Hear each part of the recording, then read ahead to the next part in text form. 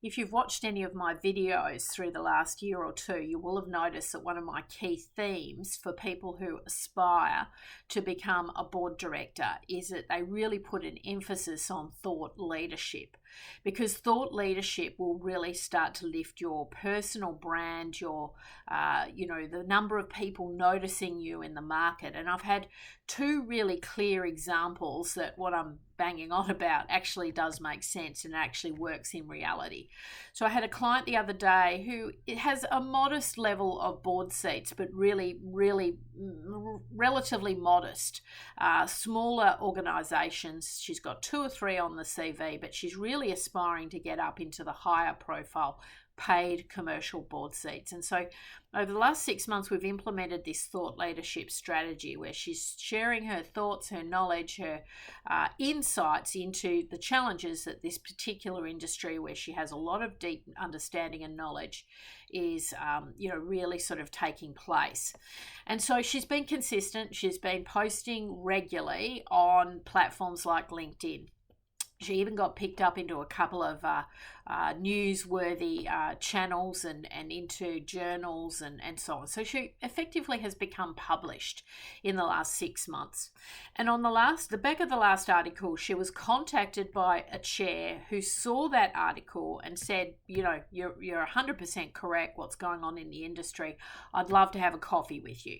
So the article led directly to a coffee with a chair in her industry.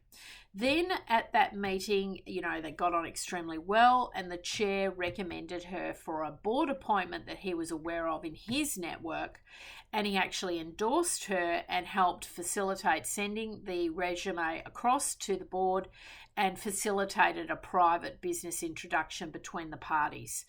And that is just absolute proof that, if you want to kind of play the game a little bit differently in the year ahead, you've got to think about some hacks that are going to make you stand out from the crowd and be showing up on these platforms.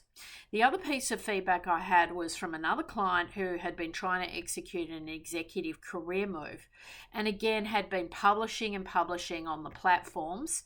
It helped her keep in touch with all of the executive search firms, which was fabulous because she was enabling her ability to stay top of mind, which is really crucial when you're trying to change jobs.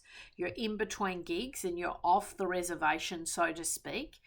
And you're really trying to stay top of mind so that the headhunters keep coming back to you and presenting you with relevant opportunities. So the thought leadership was working extremely well for that. And constantly when she's out talking to her network, the network is saying, "Oh, I've read that article. That was a great piece that you just recently wrote." So even though she sometimes wasn't getting incredible traction on the platforms, she's getting the anecdotal feedback that the thought leadership strategy is working. It's keeping her top of mind.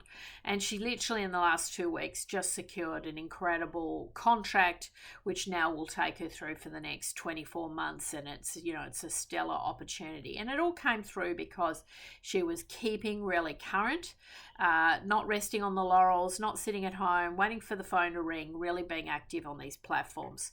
So it's absolute proof. Now, I get some hesitation from some clients who don't like to put themselves out there, and they're worried about, am I going to be authentic? And they procrastinate, and they have to think for 3 weeks before they even put a single piece of media out on the platforms. Look, I'm sorry, if you're going to play that game, you're really going to struggle, and you're going to miss this window of opportunity, because a lot of people will catch on to this in due course. But there is a window here where, as an aspiring board director, you can separate from the competition. And I just did a previous video on how much the competition has increased. So you must think of something along these lines to really start to lift your personal brand.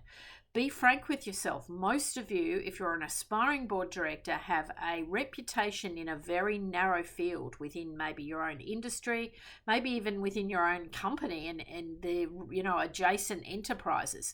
So if you aspire to serve on boards, you've got to come to the table with a profile.